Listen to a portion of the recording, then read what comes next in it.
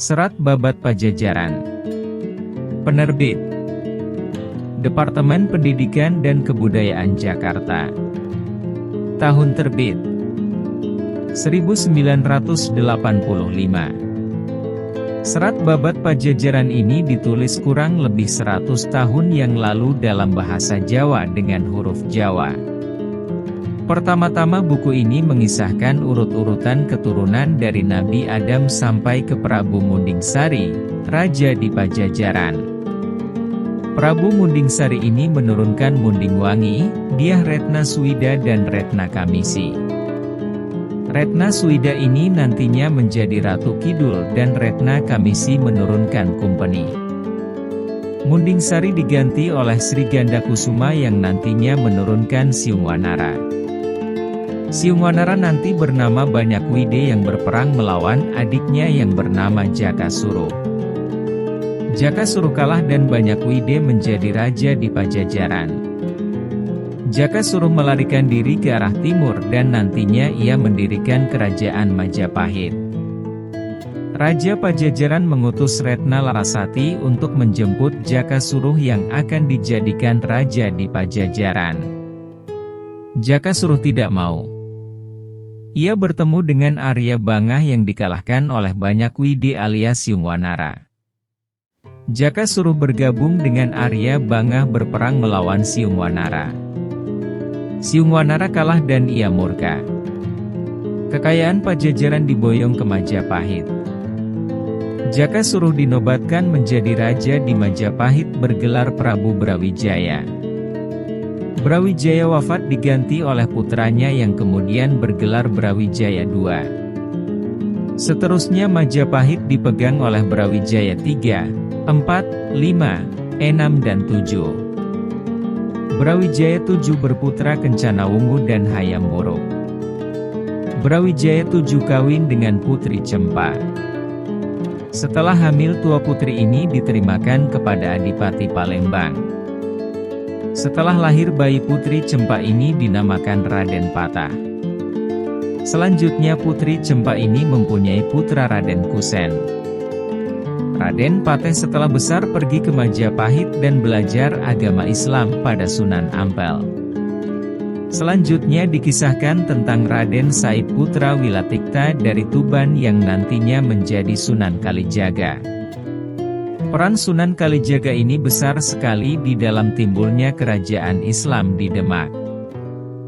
Raden Patahlah raja pertama di Demak yang bergelar Sultan Bintara. Akhirnya Demak dipegang oleh Jaka Tingkir yang mengindahkan kerajaan Demak ke Pajang dan bergelar Sultan Hadiwijaya. Dengan wafatnya Sultan Hadiwijaya tamatlah pula kerajaan Pajang. Pemerintahan baru didirikan di Mataram oleh Panembahan Senapati. Isi dari Serat Babat Pajajaran akan kita bedah berdasarkan kisah legenda rakyat berikut ini.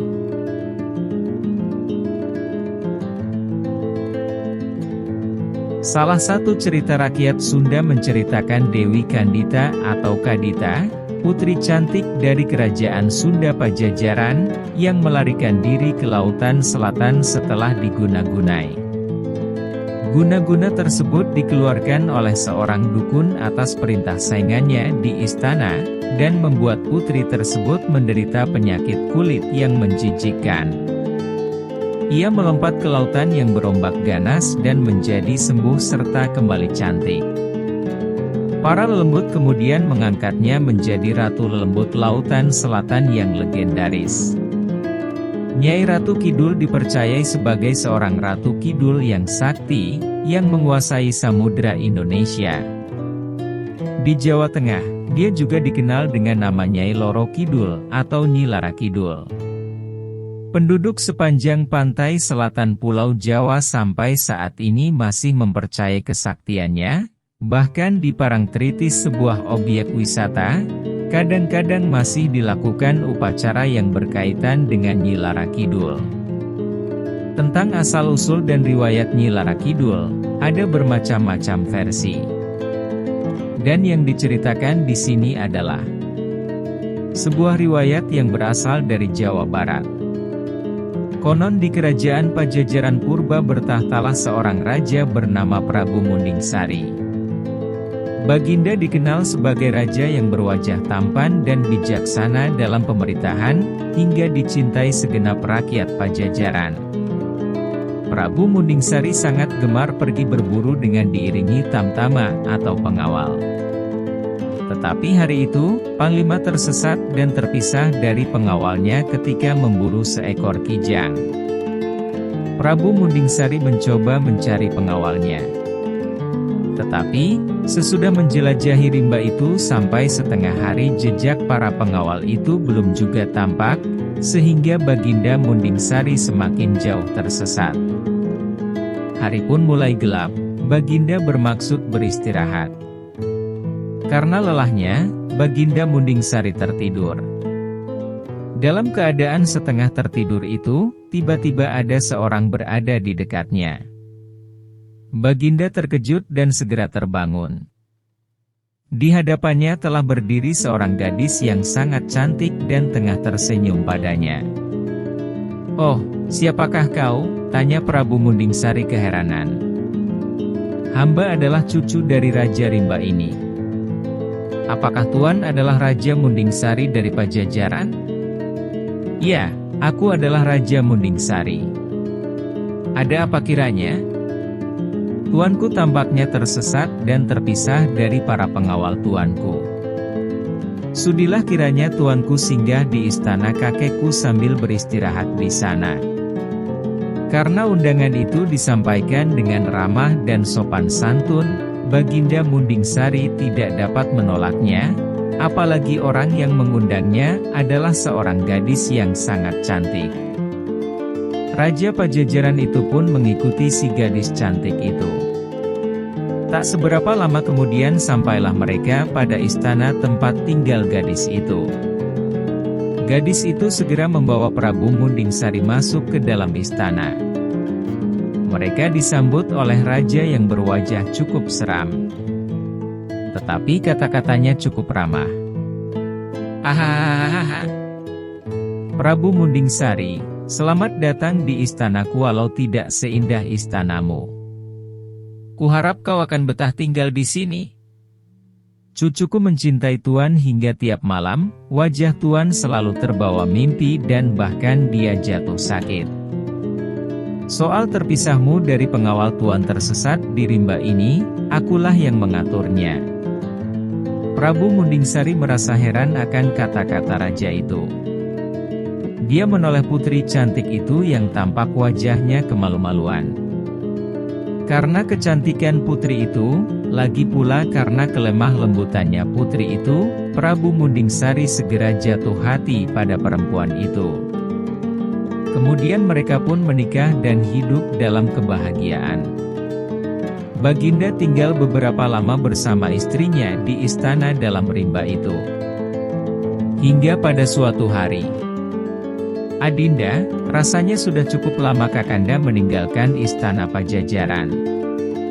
Aku hendak menjenguk ke sana dan hendak kulihat bagaimana keadaan rakyatku," kata Prabu Mundingsari. "Baiklah Kakanda.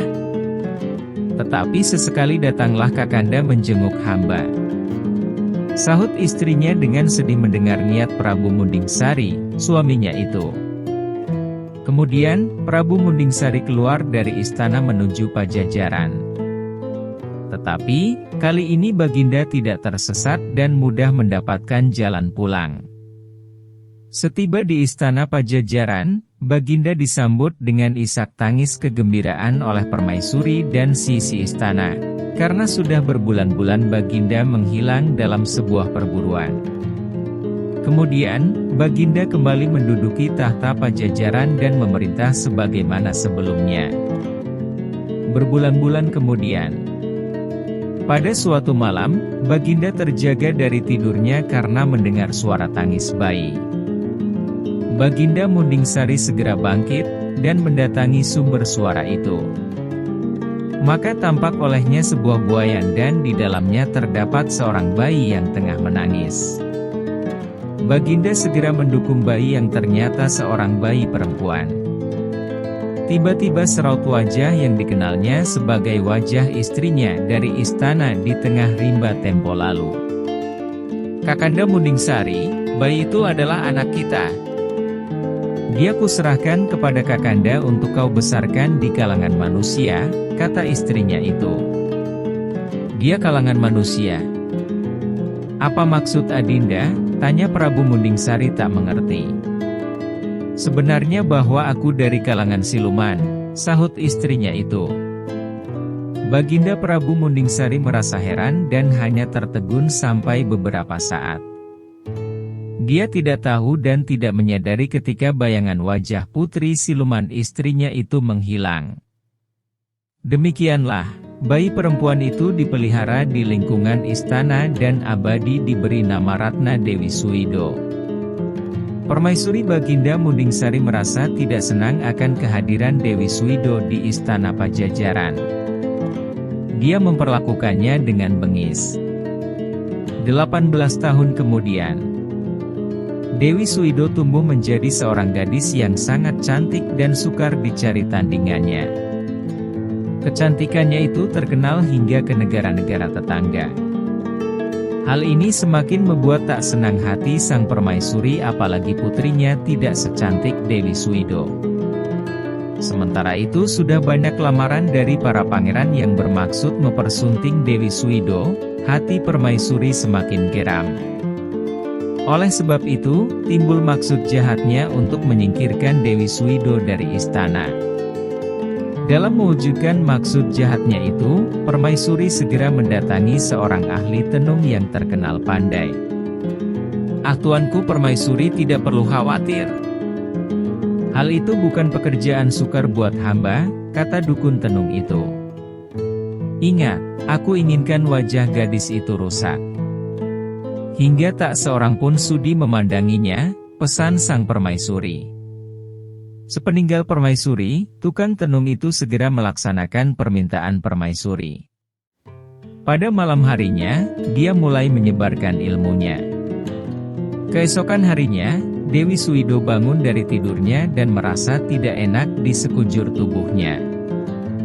"Ah, kepalaku terasa berat. Kulit wajahku pun terasa tebal." Karena merasa ada kelainan pada wajahnya, gadis itu berkaca. Dia sangat terkejut melihat wajahnya dalam kaca yang kini telah berubah menjadi buruk. "Ah, apakah yang berada dalam cermin itu adalah wajahku? Mengapa jadi demikian?" Ketika menyadari bahwa wajah yang berada di cermin itu memang betul wajahnya, hati Dewi Sumido jadi hancur. Dia menangis terus-menerus. Kecantikannya sama sekali sudah tidak tersisa. Berhari-hari gadis itu mengurung diri di kamar, dan tidak mau menjumpai orang. Tetapi, atas pemberitahuan sang permaisuri, Prabu Munding-sari akhirnya tahu kalau Dewi Sumido mengidap penyakit yang berbahaya. "Ah, kau mengidap penyakit lepra, anakku. Penyakit itu adalah..."